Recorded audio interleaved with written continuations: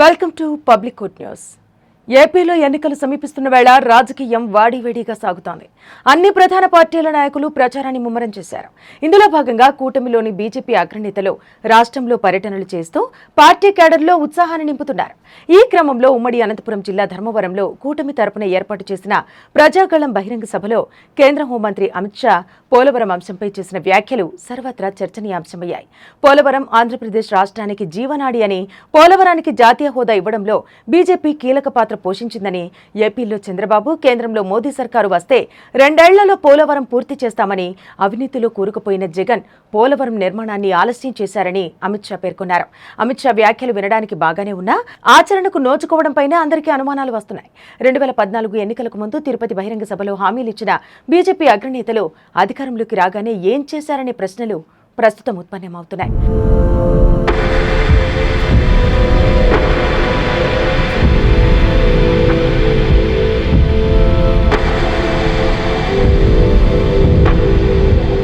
విభజిత రాష్ట్రాన్ని అన్ని విధాలా ఆదుకుంటాం, తాము అధికారంలోకి వస్తే పోలవరం ప్రాజెక్టును పూర్తి చేయడంతో పాటు రాష్ట్రానికి ప్రత్యేక హోదా, రైల్వే జోన్, ఢిల్లీని తలదన్నే రాజధానిని నిర్మిస్తామని ఆనాడు సాక్షాత్తు నరేంద్ర మోదీ ఇచ్చిన హామీలు ఇప్పుడు ఏ దశలో ఉన్నాయో ఆయనే సమాధానం చెప్పాల్సి ఉంటుంది. 10 ఏళ్ల పాటు రాష్ట్రాభివృద్ధికి ఏమాత్రం సహకరించిన మోదీ ప్రభుత్వం తాజాగా ఒక తెలుగు ప్రధాన పత్రికకి ఇచ్చిన ఇంటర్వ్యూలో 2024 ఎన్నికల్లో నెగ్గితే పోలవరం ప్రాజెక్టును పూర్తి చేసే బాధ్యత తనదంటూ అనటం కేంద్ర హోంశాఖ మంత్రి ఆదివారం ధర్మవరం ఎన్నికల సభలో కేంద్రంలో మోదీ ప్రభుత్వాన్ని, రాష్ట్రంలో బాబు ప్రభుత్వాన్ని ఎన్నుకుంటే 2 ఏళ్లలో పోలవరం పూర్తి చేస్తామనటం పట్ల ప్రజలు మొక్కున వేలేసుకుంటున్నారు.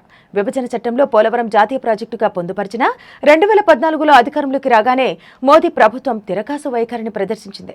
2020లో గోదావరికి వచ్చిన వరదలకు ప్రాజెక్టు నిర్మాణంలో కీలకమైన డయాఫ్రమ్ వాల్ దెబ్బతింది.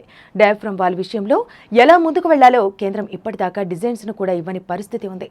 అలాగే ప్రాజెక్టు నిర్మాణానికి సంబంధించి సవరించిన అంచనాల పద్దు 56,000 కోట్ల రూపాయలకు ఇప్పటిదాకా కేంద్రం అనుమతులు ఇవ్వలేదు. అలాగే ప్రాజెక్టు నిర్మాణంలో కీలకమైన పునరావాసం పేచీ పెట్టడం పెద్ద చర్చనీయాంశమైంది. అయితే మోదీ ప్రభుత్వం పోలవరంలో పునరావాసం నిధులను రాష్ట్ర ప్రభుత్వమే భరించుకోవాలని చెప్పడం దారుణం.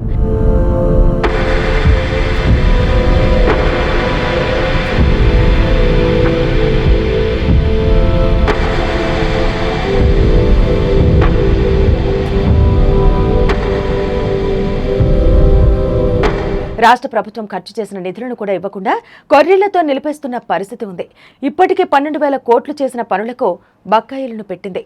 ఇలా పోలవరం ప్రాజెక్టును 10 ఏళ్ల పాటు నిర్లక్ష్యం చేసిన మోదీ ప్రభుత్వం ఇప్పుడు 2 ఏళ్లలో పూర్తి చేస్తామంటే నమ్మేదెలా సారు అని ప్రజలు ప్రశ్నిస్తున్నారు. గోదావరికి వరదలు వచ్చినప్పుడు నిర్వాసితులంతా తీవ్ర ఇబ్బందులు పడ్డా కేంద్రం కనికరించలేదనే విమర్శ బీజేపీ ప్రభుత్వంపై ఉంది.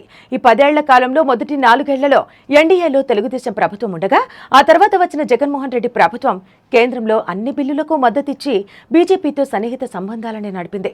ఇలా 10 ఏళ్ల పాటు తమ చెప్పు చేతుల్లో తెలుగుదేశం, వైసీపీ ప్రభుత్వాలు ఉన్నా పోలవరం ప్రాజెక్టును పూర్తి చేయని మోదీ ప్రభుత్వం ఇప్పుడు మరోసారి అవకాశం ఇస్తే పూర్తి చేస్తానని చెప్పడం రాష్ట్ర ప్రజలను మోసపుచ్చడమేనని పలువురు అభిప్రాయపడుతున్నారు.